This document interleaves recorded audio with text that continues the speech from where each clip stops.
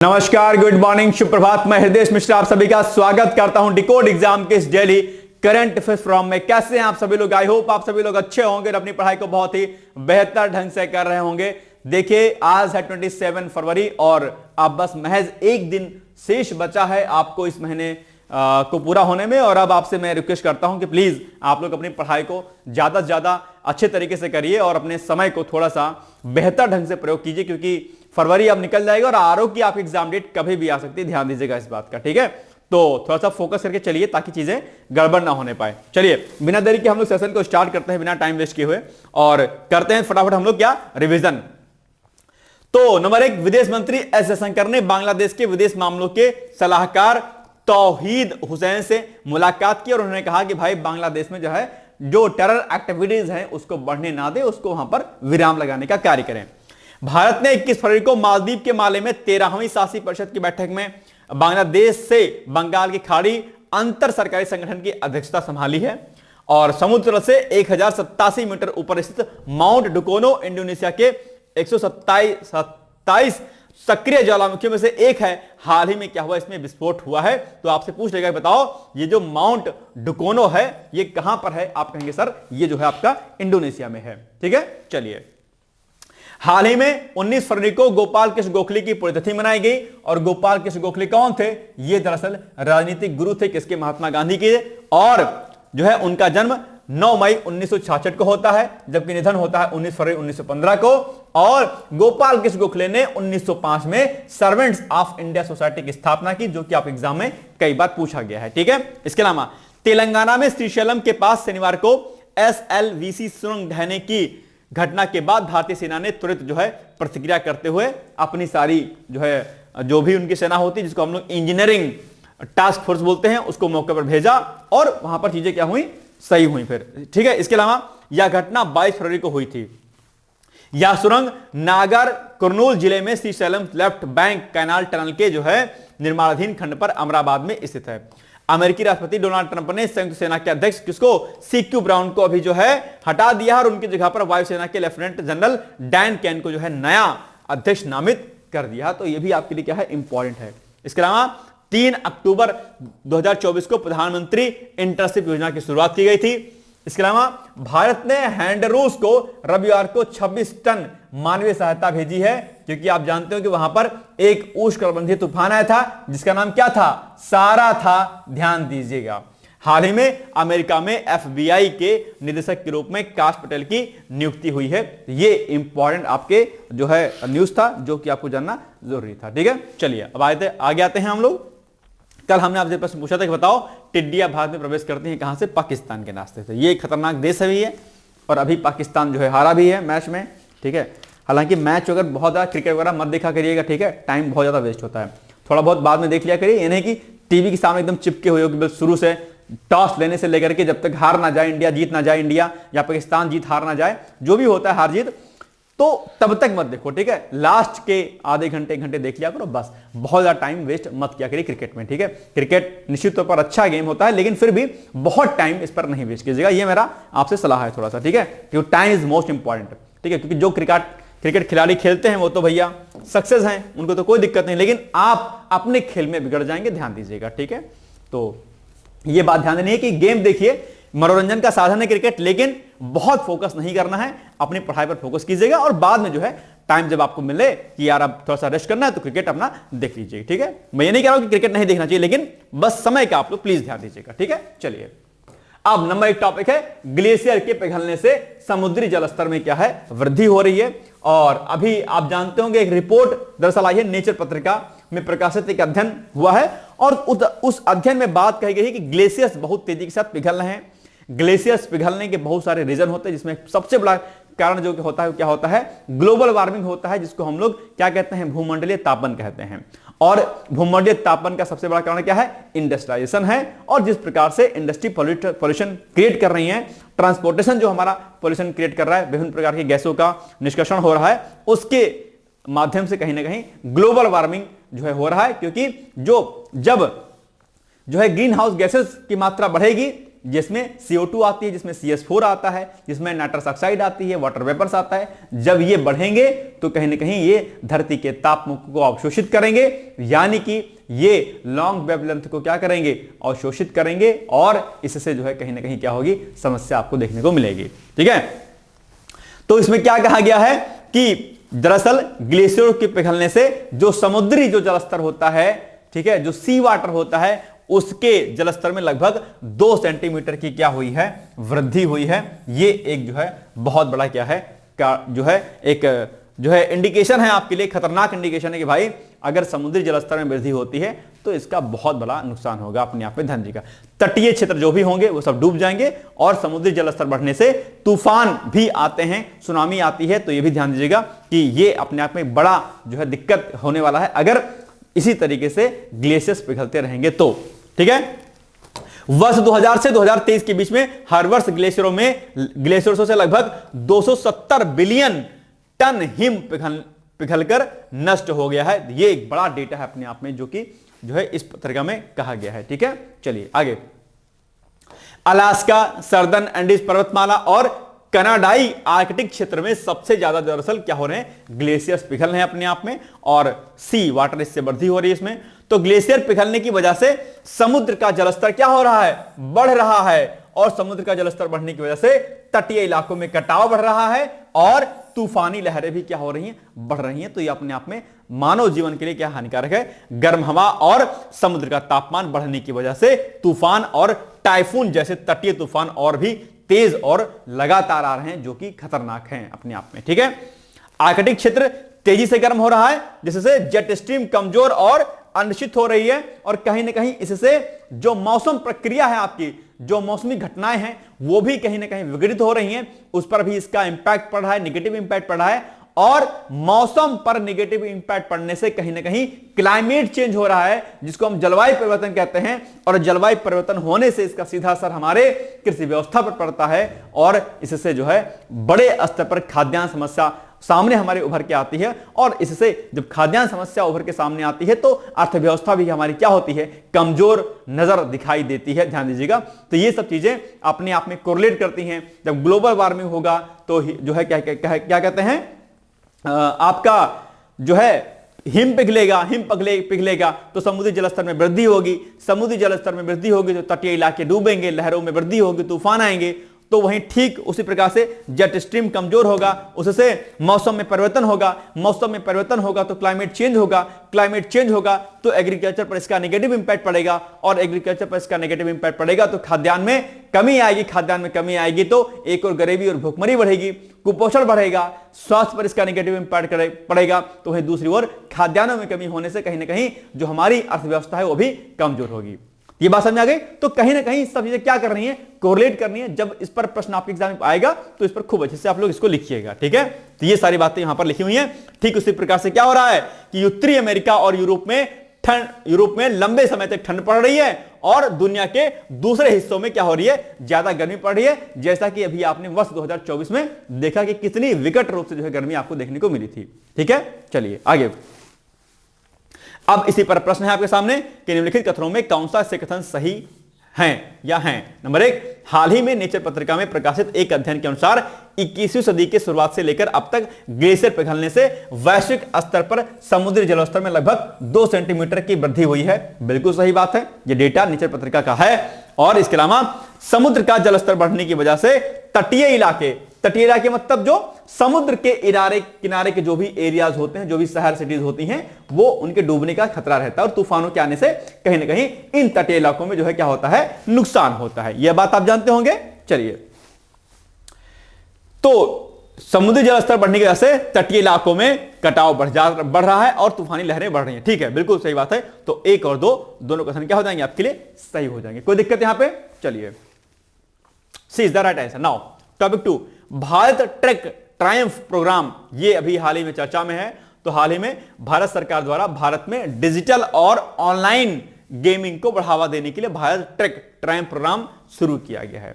वैसे ये प्रोग्राम मुझे समझ में बेसिकली नहीं आया कि ये प्रोग्राम से क्या फायदा होगा। खैर, सरकार की योजना है। इसका मुख्य उद्देश्य क्या है, अंतरराष्ट्रीय मंच पर यानी कि इंटरनेशनल लेवल पर भारत के गेमिंग टैलेंट को पहचानना और प्रदर्शित करना है।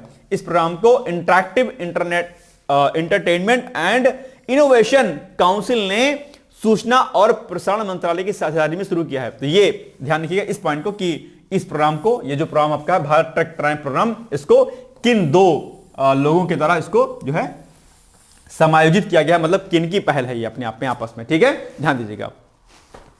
यह पहल गेमिंग विकास, ई स्पोर्ट्स और गेमिंग पारिस्थितिकी तंत्र के लिए महत्वपूर्ण व्यावसायिक समाधानों में शामिल व्यक्तियों और संगठनों के लिए खुली हुई है। चलिए अब बताओ, हाल ही में भारत सरकार द्वारा भारत ट्रक ट्रायम्फ प्रोग्राम शुरू किया है, इसका उद्देश्य क्या है? नंबर 1, कृषि क्षेत्र में उत्पादकता को बढ़ाना, नहीं भाई।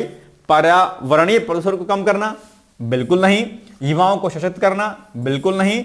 अंतरराष्ट्रीय मंच पर भारत के गेमिंग टैलेंट को पहचानना और प्रदर्शित करना, बिल्कुल सही बात है, ये पॉइंट आपका हो जाएगा सही, यानी कि D is the right answer, ठीक है।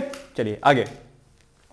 विदेश मंत्री एस जयशंकर ने ऑस्ट्रेलिया के विदेश मंत्री के साथ में अभी हाल ही में बैठक की है और उन्होंने जो है खासकर हिंद प्रशांत क्षेत्र जो आपका है इससे जुड़े मुद्दों पर बात की। मैंने कई दिन आपसे कहा है हिंद प्रशांत क्षेत्र पर आप नोट्स अच्छे से बना लीजिएगा। अगर आपने नहीं बनाया है तो आपका यह टास्क है कि भैया आप लोग जो है 2 टास्क मैं आज आपको देता हूं। नंबर 1 टास्क आपके लिए क्या है आज? नंबर 1, ठीक है, नंबर 1 जो ये क्लाइमेट चेंज है, ठीक है, क्लाइमेट चेंज एक बात। दूसरा ग्लोबल वार्मिंग, ठीक है, ग्लोबल वार्मिंग, इस पर आप लोग अच्छी तरीके से क्या करिएगा, नोट बना लीजिएगा। और इसके अलावा जो है आप लोग जो भी इससे संबंधित अन्य टॉपिक होंगे वो भी आप लोग को जो है क्या करना है, यानी कि जैसे कि जो आपका जो हिम पिघल रहा है, हिम पिघलने से क्या कुछ जो है असर पड़ रहा है, हिम पिघलने की जो घटना हो रही है उसका क्या क्या इंपैक्ट पड़ रहा है और कैसे कैसे पड़ रहा है, इस पर आप लोग निबंध, अपना उत्तर सब कुछ लिखने का प्रयास क्या कीजिएगा, जरूर कीजिएगा, ध्यान दीजिएगा, ठीक है। और इसके अलावा ये जो हिंद प्रशांत क्षेत्र है ये तो आप रेडी करिएगा, लेकिन साथ में टास्क 2 में क्या देता हूं, टास्क 2 है हिंद प्रशांत क्षेत्र की महत्ता क्या है, हिंद प्रशांत क्षेत्र की महत्ता क्या है, ठीक है, हिंद प्रशांत क्षेत्र की महत्ता यानी कि इसकी इंपॉर्टेंस क्या है, ठीक है, किसके परिप्रेक्ष्य में, भारत के परिप्रेक्ष्य में, यानी कि भारत के रेफरेंस में जो है इसकी क्या उपयोगिता है हिंद प्रशांत क्षेत्र की, इसको भी आप लोग तैयार जरूर कीजिएगा, ठीक है। चलिए मैंने बताया हुआ है ऑलरेडी बहुत पहले से इसको, ठीक है। चलिए आगे। अब ऑस्ट्रेलिया, आप जानते होंगे कि ऑस्ट्रेलिया एक ऐसा देश है जो किसी भी देश के साथ में भूमि साझा नहीं करता है और ऑस्ट्रेलिया एकमात्र ऐसी जगह है जिसे एक ही साथ महाद्वीप, एक राष्ट्र और एक जो है द्वीप माना जाता है, ध्यान दीजिएगा। तो आप एग्जाम में पूछ रहे हैं कि बताओ ऐसा कौन सा देश है जो एक ही साथ महाद्वीप है, राष्ट्र है और जो है क्या है, द्वीप है अपने आप में, ठीक है। तो आपका ऑस्ट्रेलिया है, ठीक है। बाकी यहां पर सारे पॉइंट दिए गए हैं कि ऑस्ट्रेलिया की जो समुद्री सीमा है वो किससे मिलती है और बाकी इसके जो पड़ोसी देश हैं वो कौन कौन से हैं। तो ऑस्ट्रेलिया के बारे में आप यहां पर देख पा रहे होंगे, इधर आपका पैसिफिक ओशियन है, इधर उत्तर में, इधर आपका दक्षिण और पूर्व में न्यूजीलैंड है, इधर आप देख पा रहे हैं कोरल सी है आपके इधर पूर्व में, इधर आपके जो है उत्तर और जो है क्या कहते हैं पश्चिम में आपका इंडोनेशिया है, इधर आपका इंडियन ओशियन है, इधर भी आपका इंडियन ओशियन है, यानी कि दक्षिण और जो है पश्चिम में इंडियन ओशियन है आपका, ये पूरा आप एरिया यहां पर देख पा रहे होंगे। तो ये यहां पर डिटेल्स में दिया गया है कि कौन कौन से इसके पड़ोसी देश हैं और इसकी समुद्री सीमाएं कहां कहां से कैसे कैसे लगती हैं। तो ये आप लोग एक बार जरूर पढ़ लीजिएगा, क्योंकि कई बार क्या होता है ये प्रश्न आपके एग्जाम में पूछ लेता है कि बताओ इसके उत्तर में क्या है, उसके पश्चिम में क्या है, क्या नहीं है, ठीक है। और अगर हम इसकी राजधानी की बात करते हैं तो इसकी राजधानी ऑस्ट्रेलिया की कैनबरा है और मुद्रा ऑस्ट्रेलियन डॉलर है, ठीक है, याद कर लीजिएगा। मैं प्लीज आप लोग जरूर देखा करिए, जब भी कोई देश चर्चाओं में रहा करे तो उसके आसपास कौन सी चीजें हैं, वो किस महाद्वीप में स्थित है या क्या है, उसको आप लोग अच्छे तरीके से पढ़िएगा, ठीक है। चलिए आगे। अब निम्नलिखित कथनों पर विचार कीजिए। नंबर 1, हाल ही में विदेश मंत्री एस जयशंकर ने ऑस्ट्रेलिया के विदेश मंत्री के साथ बैठक की। इस बैठक में हिंद प्रशांत क्षेत्र से जुड़े मुद्दों पर बातचीत की गई है, बिल्कुल सही बात है। और ऑस्ट्रेलिया एकमात्र ऐसी जगह है जिसे एक ही साथ महाद्वीप, एक राष्ट्र और एक द्वीप माना जाता है, बिल्कुल सही बात है, दोनों कथन सही हैं, यानी सी इज द राइट आंसर, ठीक है। चलिए, पीएम किसान सम्मान निधि योजना, अभी इसके 6 साल पूरे हो गए हैं, इसीलिए जो है चर्चाओं में है। पीएम किसान सम्मान निधि योजना इसमें से अधिकतर लोग इस योजना से जो है परिचित भी होंगे और इसका फायदा भी लेते होंगे। ठीक है, चलिए, तो इसमें क्या होता है, किसानों की आय बढ़ाने हेतु योजना अंतर्गत कृषक परिवारों को प्रतिवर्ष जो है 6,000 रुपए डायरेक्ट बेनिफिट ट्रांसफर, जिसको हम लोग डीबीटी कहते हैं, के माध्यम से प्रदान किया जाता है। कि प्रतिवर्ष जो है 6,000 रुपए, 2-2 हजार की किस्तों में 4 महीने, ठीक है ना। यह धनराशि 4-4 महीने के अंतराल में 2,000 रुपए को 3 समान जो किस्तों में, यानी कि 2-3-6, ठीक है, किस्तों में इसको दिया जाता है। 4-3-12 मतलब 4-4 महीने के अंतराल पर 3 किस्तों में 2-2 हजार रुपए करके, ठीक है। तो 6,000 हो गया ना, 2-3-6, ठीक है। योजना का लाभ लेने हेतु कृषक द्वारा पोर्टल पर रजिस्ट्रेशन कराया जाता है, जिसका सत्यापन कराने के उपरांत कृषक के पात्र पाए जाने पर जो है योजना का लाभ उनके सीधे खाते में दिया जाता है, डीबीटी के माध्यम से दिया जाता है। डीबीटी मतलब डायरेक्ट बेनिफिट ट्रांसफर, यानी कि सीधे बैंक के खातों में जो है पैसा उनके जाता है। पहले क्या होता था, बाबू लोग जो है देते थे, जब पहले आप उनको बाबू के पास जाना पड़ता था भैया, तब बाबूजी लोग क्या करते थे, अगर आपको 2,000 की किस्त मिलनी होती थी तो 2,000 में से 1,500 वो रख लेते थे और 500 आपको देते थे। तो ये पहले कांड होता था भाई साहब की, अगर आपको 2,000 रुपए की किस्त मिलनी होती थी तो 1,500 बाबू खा लेता था और 500 रुपया जो है आपको मिलता था। बताओ, ये हाथ था। इसीलिए सरकार ने डीबीटी सिस्टम जो है किया। इससे कहीं ना कहीं पारदर्शिता आई, लेकिन इसमें एक प्रकार की अलग करप्शन होना शुरू हुआ कि भाई सिंपल सी बात है, अब आपको किसान सम्मान निधि के लिए आपको जो पोर्टल पर रजिस्ट्रेशन कराना है या कुछ ऐसा कार्य कराना है, तो उसके लिए भी कहीं ना कहीं आप किसी के पास जाओगे, किसी बाबू के पास, किसी कर्मचारी के पास, तो वहां पर कहेगा हम रजिस्ट्रेशन करने के लिए पैसा लेंगे आपसे। अब सीधे तो आपका पैसा नहीं निकाल पाएगा अकाउंट में से आपके, है ना, क्योंकि सरकार तो आपके अकाउंट में डालेगी, लेकिन उस काम को कराने के लिए बाबू लोग पैसा आजकल जरूर लेते हैं। मतलब तो जो है करप्शन का कहीं ना कहीं हमारे भारतीयों के पास बखूबी आता है। तो क्या कीजिएगा इसके लिए, सरकार क्या कर ले बेचारी, बताओ। ठीक है, 2018 में इसकी शुरुआत हुई थी और 2019 में इसकी पहली किस्त जारी की गई थी। प्रधानमंत्री मोदी 26 फरवरी को भागलपुर में पीएम किसान योजना की 19वीं किस्त जो है जारी की है। अभी बिहार का दौरा प्रधानमंत्री नरेंद्र मोदी ने किया और वहां पर कई प्रकार की योजनाओं का जो है उन्होंने उद्घाटन भी किया, और अभी आगे हम प्रश्न में उसके बारे में थोड़ा सा देखेंगे। चलिए, तो पीएम किसान सम्मान निधि योजना के संदर्भ में निम्नलिखित कथनों में कौन सा कथन सही है। नंबर 1, पीएम किसान सम्मान निधि योजना के 6 साल पूरे हो गए हैं। ठीक, बिल्कुल सही बात है। और किसानों की आय बढ़ाने हेतु योजना अंतर्गत कृषक परिवारों को प्रतिवर्ष जो है 6,000 रुपए का डायरेक्ट जो है डीबीटी उनको किया जाता है। बिल्कुल सही बात है। तो सी इज द राइट आंसर, क्योंकि एक भी कथन सही है और 2 भी कथन क्या है आपका सही है। चलिए, दिल्ली विधानसभा के अध्यक्ष चुने गए, ये अभी भाई साहब वरिष्ठ जो है नेता है कौन, विजेंद्र गुप्ता जी, इनको अभी जो है वहां का विधानसभा का अध्यक्ष नियुक्त किया गया है। इनके ऊपर कई सारे न्यूज आ रहे होंगे, क्योंकि इनको कहा जाता है कि इनको बाद में जो है विधानसभा से बाहर फेंक दिया गया था। इतिहास के पन्ने ने अपना नाम वो ये किया वो किया, दुनियादारी वाली बातें न्यूज में चलती रहती हैं, और इनको जो है अभी विधानसभा का अध्यक्ष नियुक्त किया गया। लेकिन आपको न्यूज जो चटपटी न्यूज़ें होती है उस पर आपको फोकस नहीं करना है, आपको इस बात पर फोकस करना है कि दिल्ली विधानसभा के अध्यक्ष किसे नियुक्त किया गया। आप कहेंगे भैया विजेंद्र गुप्ता जी को नियुक्त किया गया है, और दिल्ली के मुख्यमंत्री कौन है आप जानते होंगे। ठीक है, चलिए, सर्वसम्मति से विजेंद्र गुप्ता को जो है विधानसभा के अध्यक्ष के रूप में नियुक्त कर दिया गया है, और इसके पहले प्रोटेम स्पीकर को नियुक्त किया गया था। अब प्रोटेम स्पीकर क्या होते हैं जरा बताओ मुझे, मैंने कई बार आपको बताया है। प्रोटेम स्पीकर कौन होते हैं, मुझे इसका उत्तर आप लोग फटाफट दीजिए। Who is protem speaker? Protem speaker क्या होते हैं, इनका कार्य क्या होते हैं? प्रोटेम स्पीकर बताओ। बहुत बार प्रश्न आपके एग्जाम में पूछा गया है प्रोटेम स्पीकर के बारे में। जल्दी जल्दी मुझे कमेंट करके बताओ कि प्रोटेम स्पीकर कौन होते हैं। ठीक है, चलिए, बाकी दिल्ली में विधानसभा की कुल 70 सीटें हैं, और दिल्ली के बारे में हमने 2-3 दिन पहले आपको कई सारी जानकारियां दी थी। ठीक है, चलिए। अच्छा, दिल्ली के बारे में मैंने कई दिन बताया आपको कि दिल्ली एनसीआर में कौन कौन से जिले आते हैं, और खासकर जो एनसीआर का एरिया है उस एनसीआर में आपके यूपी की कौन से डिस्ट्रिक्ट आते हैं भैया, बहुत इंपॉर्टेंट है। इसको भी आप लोग रेडी कर लीजिएगा, मैंने उस दिन कराया भी था, मैं फिर से कह रहा हूं कि अगर आपको यह नहीं पता है तो दिल्ली एनसीआर में उत्तर प्रदेश के कौन कौन से जिले शामिल हैं, ध्यान दीजिएगा, उसको इंपॉर्टेंट फैक्ट है आपके एग्जाम के लिए। ठीक है, चलिए, अब बताओ आप लोग जरा प्रश्न को कि हाल ही में दिल्ली विधानसभा का स्पीकर नियुक्त किया गया किसे? अरविंद सिंह लवली को, रविंद्र इंद्राज को, विजेंद्र गुप्ता को, इनमें से कोई नहीं। तो बस क्या उत्तर होगा इसका? सी इज द राइट आंसर, बस आसान है। ठीक है, चलिए, भारतीय चिकित्सा पद्धति राष्ट्रीय आयोग अभी ये चर्चाओं में है, और ये क्यों चर्चाओं में? चर्चाओं में इसलिए है क्योंकि इसने अभी हाल ही में जो है एक कार्यक्रम था प्रकृति परीक्षण अभियान के पहले चरण को पूरा कर 5 गिनीज वर्ल्ड रिकॉर्ड जो है इसने स्थापित किया है। और राष्ट्रीय भारतीय चिकित्सा पद्धति आयोग की अगर हम बात करते हैं तो इसने आयुष मंत्रालय भारत सरकार के सहयोग से 20 फरवरी 2025 को मुंबई में देश का प्रकृति परीक्षण अभियान के पहले चरण के पूरा होने के अवसर पर समापन समारोह का आयोजन किया था। ठीक है, और ये जो संगठन है आपका, कौन सा संगठन?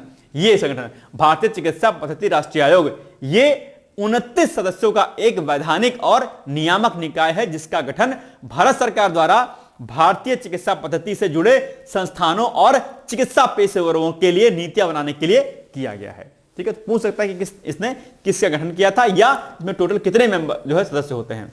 इसने 7 अक्टूबर 2020 को भारतीय चिकित्सा की केंद्रीय परिषद की जगह जो है ली है।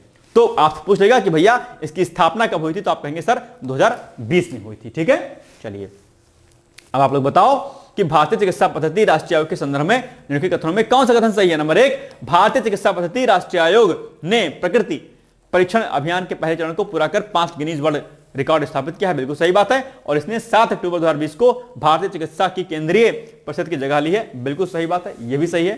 तो ये आपका दोनों कथन हो जाएगा आपका सही है। ठीक है, चलिए तो सी इज द राइट आंसर। अब ये झूमर नृत्य जो है अभी चर्चाओं में है। आप कहेंगे सर ये चर्चाओं में क्यों? क्योंकि अभी हाल ही में प्रधानमंत्री नरेंद्र मोदी जो है असम गए थे और वहां पर इसका जो है नृत्य का आयोजन किया गया था, इसलिए झूमर नृत्य जो है फेमस है। खासकर जो असम है वहां पर ये फेमस है। इस असम के अलावा 2-4 स्टेट और हैं, वहां पर भी ये नृत्य किया जाता है। तो आइए इसके बारे में हम लोग पढ़ लेते हैं। तो असम दौरे के दौरान पीएम मोदी ने असम में चाय उद्योग के 200 साल पूरे होने पर आयोजित एक कार्यक्रम में शिरकत किया है और इस अवसर पर चाय बागानों के मजदूरों और आदिवासियों ने पारंपरिक नृत्य का प्रदर्शन किया, जिसको हम क्या बोलते हैं, झूमर नृत्य जो है बोलते हैं। ठीक है, और इसमें क्या है कि इसको झूमर नृत्य भी बोलते हैं और झूमर नृत्य भी बोलते हैं। ठीक है, ध्यान दीजिएगा। तो झूमर नृत्य असम के चाय जनजाति समुदायों का एक पारंपरिक नृत्य है। यह नृत्य आमतौर पर असम में शरद ऋतु के मौसम में किया जाता है, खासकर जब फसल का उत्पादन होता है तो उस समय किया जाता है। ठीक है, चलिए इसके अलावा यह नृत्य जो है आपका खासकर बिहार आपका हो गया, झारखंड, छत्तीसगढ़, उड़ीसा और पश्चिम बंगाल के राज्यों में भी किया जाने वाला लोक नृत्य है, जो फसल के मौसम और त्योहारों के दौरान किया जाता है। इस नृत्य में कलाकार एक पंक्ति में हाथ पकड़कर खड़े होते हैं, दोहे गाते हैं और कई अन्य प्रकार की गतिविधि करते हैं। ये आपके यहां पर लिखा हुआ है। इसमें आमतौर पर इस्तेमाल किए जाने जो वाद्य यंत्र हैं वो पारंपरिक वाद्य यंत्र होते हैं, जिसमें ढोल हो गया, आपका मांदर हो गया, बंसी हो गया, नगाड़ा हो गया, डाक हो गया, सहनाई हो गया, ये सब इस नृत्य में शामिल किए जाते हैं। ठीक है, तो ये सब आप लोग ध्यान दीजिएगा। खासकर जो है प्रकृति प्यार, प्रकृति के यानी कि नेचर के प्यार को लेकर के जो है इसमें इसका जो है जिक्र किया जाता है, यानी कि प्रकृति ने हमें क्या कुछ दिया है, हमें कृषि के माध्यम से जो है खाद्यान्न दिया और उसी के उत्सव में कहीं ना कहीं शरद ऋतु में जो है इसका आयोजन किया जाता है। ठीक है, चलिए बताओ झूमर या झूमर नृत्य जो होता है के संदर्भ में, झूमर नृत्य के संदर्भ में कर दिया, झूमर नृत्य के संदर्भ में। ठीक है, ये झूमर नृत्य के संदर्भ में निम्नलिखित कथनों में कौन सा ऐसे कथन सही है। नंबर 1, झूमर नृत्य असम के चाय जनजाति समुदायों का एक पारंपरिक नृत्य है। ठीक है, और बाकी यहां पर लिखा हुआ है कि इसमें कौन कौन से वाद्य यंत्रों का प्रयोग किया जाता है, तो ये सारे वाद्य यंत्र लिखे गए हैं, बिल्कुल सही बात है, यही वाद्य यंत्र प्रयोग किए जाते हैं। तो 1 और 2 दोनों कथन सही हो जाएंगे, यानी कि सी इज द राइट आंसर। ठीक है, चलिए नरेंद्र मोदी का बिहार दौरा, अभी हमने आपको बताया कि पीएम जो किसान सम्मान निधि योजना है, ठीक है, उसकी 19वीं किस्त जारी की, ये 19वीं किस्त जारी की, ये पॉइंट आपके लिए इंपॉर्टेंट है। और इसके तहत 9.7 करोड़ रुपए से अधिक किसानों को 21,500 करोड़ रुपए की से अधिक वित्तीय सहायता जो है दी गई है। बाकी बिहार में मखाना बोर्ड का गठन की बात कही गई है, यह भी आप लोग जानते होंगे, इस प्रश्न को भी हमने आपको कराया है। इस पर भी प्रधानमंत्री नरेंद्र मोदी ने जिक्र किया कि भाई मखाना बोर्ड जो है कहीं ना कहीं बड़ा फायदेमंद होने वाला है। ठीक है, और आप जानते होंगे कि मखाना बिहार में खूब बहुतायत में होता है और मखाना का सेवन करना बड़ा लाभदायक साबित होता है। यह बोर्ड मखाना उत्पादकों को उनकी आय बढ़ाने में मदद करेगा। इससे मखाना उत्पादक किसानों को वैल्यू एडिशन और मार्केटिंग में जो है बहुत फायदा मिलने वाला है। ठीक है, इसके अलावा पूर्वी भारत में फूड प्रोसेसिंग इंडस्ट्री को बढ़ावा देने के लिए बिहार एक बड़े केंद्र के रूप में उभरने वाला है। बिहार में national institute of food technology and entrepreneurship की स्थापना भी की जाएगी, यह भी घोषणा की गई है। यहां बिहार में कृषि के क्षेत्र में 3 नए सेंटर ऑफ एक्सीलेंस भी स्थापित किए जाएंगे। इनमें से एक भागलपुर में होगा और यह सेंटर आम की जर्दालू किस्म पर फोकस करेगा। 2 और केंद्र मुंगेर और बक्सर में बनाए जाएंगे जो टमाटर, प्याज और आलू किसानों को मदद करेंगे। तो ये अपने आप में जो फूड जो प्रोसेसिंग इंडस्ट्रीज होती है ये किसानों की आय को दुगनी करने में सहायता प्रदान करेगी, तो वहीं दूसरी ओर किसानों को, मजदूरों को रोजगार भी प्रदान करेगी और कृषि में जो कृषि अर्थव्यवस्था है वो तेजी के साथ जो है बिहार में क्या होगी, बढ़ेगी। आप जानते होंगे बिहार में जो है इंडस्ट्रियलाइजेशन नहीं है और यही एक प्रमुख कारण रहा है कि बिहार बहुत तेजी के साथ आगे नहीं बढ़ पाया अन्य राज्यों की स्टेट के कंपैरिजन में। मैं ये नहीं कहता हूं कि बिहार में संसाधन नहीं है, बिहार में जो है ज्ञान नहीं है, बहुत है वहां पर, लेकिन कारण 2 रहे। एक तो वहां पर रॉ मटेरियल्स की कमी है, दूसरा वहां पर राजनीतिक कारणों की वजह से वहां पर फोकस नहीं किया गया और जो है एजुकेशन सिस्टम को वहां पर बहुत डिस्ट्रॉय कर दिया गया है। ये सारे कुछ प्रमुख कारण हैं कि बिहार पीछे रह गया अन्य राज्यों के कंपैरिजन में। यह नहीं कह रहा हूं कि बिहार आज पिछड़ा हुआ, लेकिन अगर हम अदर स्टेट के की कंपेयर करेंगे तो वहां पर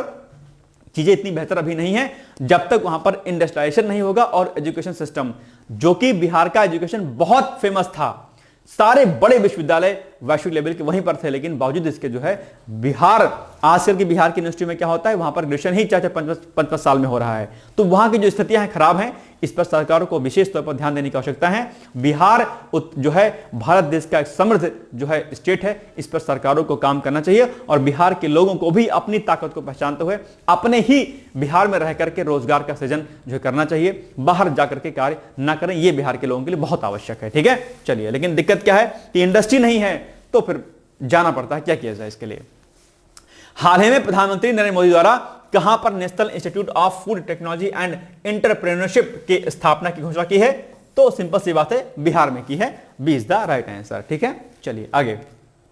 राष्ट्रीय धन्वंतरी आयुर्वेद पुरस्कार अभी हाल ही में 3 लोगों को प्रदान किया गया है, आप जानते होंगे। और धन्वंतरी के बारे में भी आप जानते होंगे, आयुर्वेद के प्रमुख विद्वान चिकित्सक थे अपने आप में, और जो है तो अभी इन्हीं के नाम पर जो है एक पुरस्कार दिया था। तो आयुष मंत्रालय, भारत सरकार ने परंपरागत भारतीय चिकित्सा के क्षेत्र में असाधारण योगदान के लिए समर्पित 3 चिकित्सकों को चालू वर्ष के लिए प्रतिष्ठित राष्ट्रीय धन्वंतरी आयुर्वेद पुरस्कार प्रदान किया है। आयुष मंत्रालय और स्वास्थ्य एवं परिवार कल्याण मंत्रालय में राज्य मंत्री कौन, श्री प्रताप राव जाधव ने 25 फरवरी को मुंबई में आयोजित एक कार्यक्रम के दौरान इन 3 प्रतिष्ठित पुरस्कारों को 3 वैद्यों को प्रदान किया है। इस वर्ष प्रतिष्ठित पुरस्कार के विजेताओं में कौन है, प्रसिद्ध नाड़ी वैद्य और लेखक कौन, वैद्य ताराचंद्र शर्मा, द्रव्य गुण विज्ञान के 6 दशकों के सेवा काल वाले प्रतिष्ठित विद्वान वैद्य मायाराम उनियाल और विश्व व्याकरण माला राष्ट्रीय सम्मेलन के संस्थापक वैद्य समीर गोविंद जमदग्नि शामिल हैं। 3 लोगों को दरअसल यह धन्वंतरी पुरस्कार दिया गया। तीनों के नाम आप ध्यान रखिएगा। प्रत्येक पुरस्कार विजेता को एक प्रशस्ति पत्र, भगवान धन्वंतरी की प्रतिमा वाली एक ट्रॉफी और 5 लाख रुपए का नगद पुरस्कार जो है उनको दिया गया है। तो बड़ी बात है अपने आप में। ठीक है, आयुर्वेद के क्षेत्र में एक बड़ा पुरस्कार है अपने आप में। राष्ट्रीय धन्वंतरी आयुर्वेद पुरस्कार परंपरागत चिकित्सा ज्ञान को संरक्षित करते हुए समग्र स्वास्थ्य सेवा को आगे बढ़ाने के लिए भारत की प्रतिबद्धता का प्रतिनिधित्व करते हैं। आप ध्यान दीजिएगा, जो हमारी पारंपरिक जो हमारा हेल्थ था, जो चिकित्सा पद्धति थी, वो बहुत बेहतर थी और आयुर्वेद को प्रमोट करने के लिए सरकार व्यापक स्तर पर काम कर रही है। और मैं कई बार कहता हूं कि आने वाला जो समय है वो आयुर्वेद का ही है।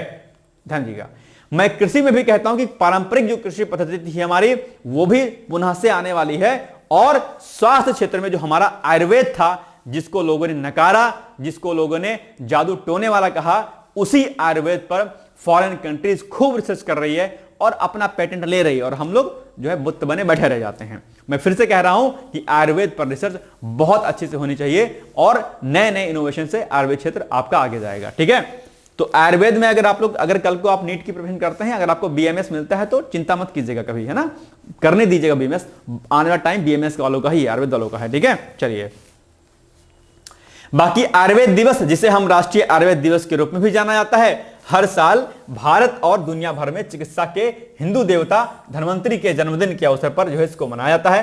पुराणों में इनका उल्लेख आयुर्वेद के देवता के रूप में भी किया गया है और 2016 में भारत सरकार के आयुष मंत्रालय ने धन्वंतरी की जयंती को राष्ट्रीय आयुर्वेद दिवस के रूप में भी क्या कर दिया, घोषित कर दिया। यानी कि जो धन्वंतरी जयंती होती है उसी दिन आयुर्वेद दिवस के रूप में घोषित किया गया और आयुर्वेद दिवस पहली बार 28 अक्टूबर 2016 को मनाया गया था। ठीक है, ध्यान दीजिएगा। और आयुष मंत्रालय की स्थापना भी इसी का जो मुख्य उद्देश्य है कि आयुर्वेद को प्रमोट किया जा सके। अब आप लोग बताओ कि आयुर्वेद दिवस पहली बार कब मनाया गया? तो 28 अक्टूबर, 25 अक्टूबर, 5 अगस्त या 25 अगस्त? ये देखो 28 अक्टूबर 2016 को। ठीक है, तो बस 28 अक्टूबर। नौ, प्रधानमंत्री नरेंद्र मोदी के दूसरे प्रधान सचिव, ये अभी हाल ही में नियुक्त हुए हैं प्रधान सचिव। ठीक है, तो और प्रिंसिपल सेक्रेटरी इसको हम लोग बोलते हैं खासकर। ठीक है, कौन बनाए गए हैं? तो ये बनाए गए हैं शक्तिकांत दास जी, इसीलिए चर्चाओं में हैं।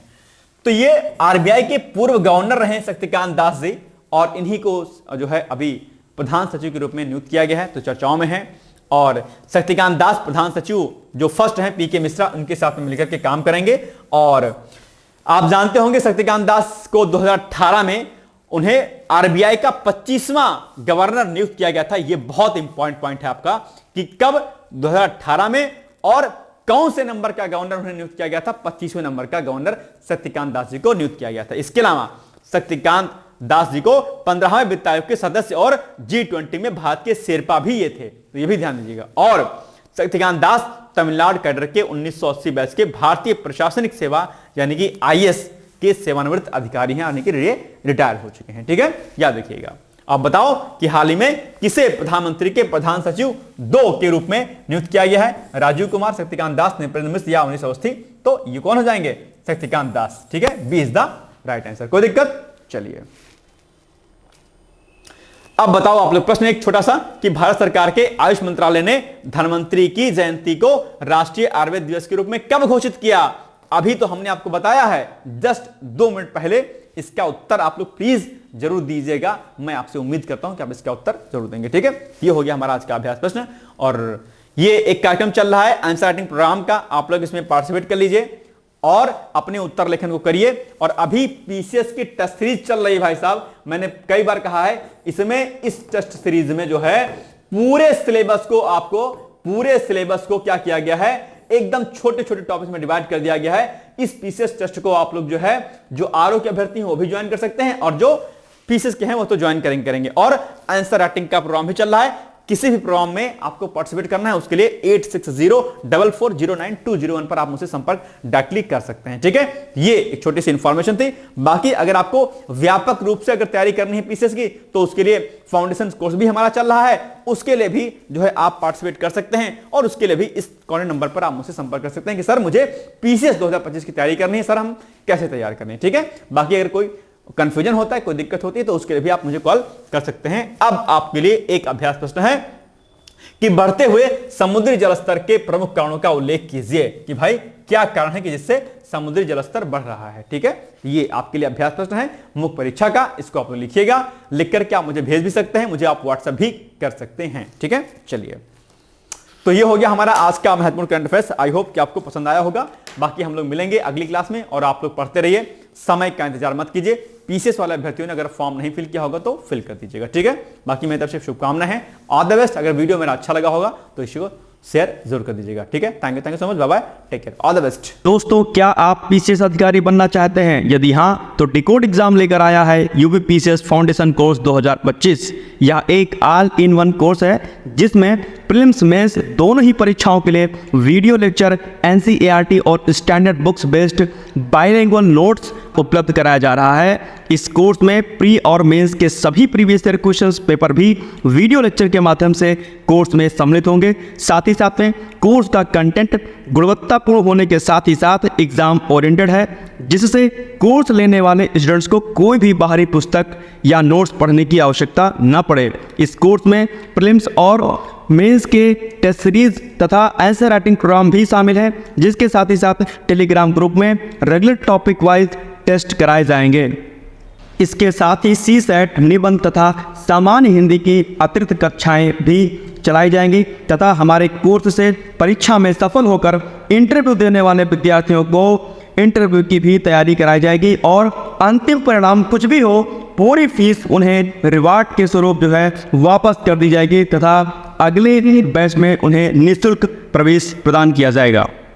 उल्लेखनीय है कि डिकोड एग्जाम एक संस्थान के रूप में 5 वर्ष के अपने सफल कार्यकाल में अब तक 55 से अधिक विद्यार्थियों को विभिन्न परीक्षाओं में अंतिम सफलता दिलाने में अपना सफल योगदान दे चुका है।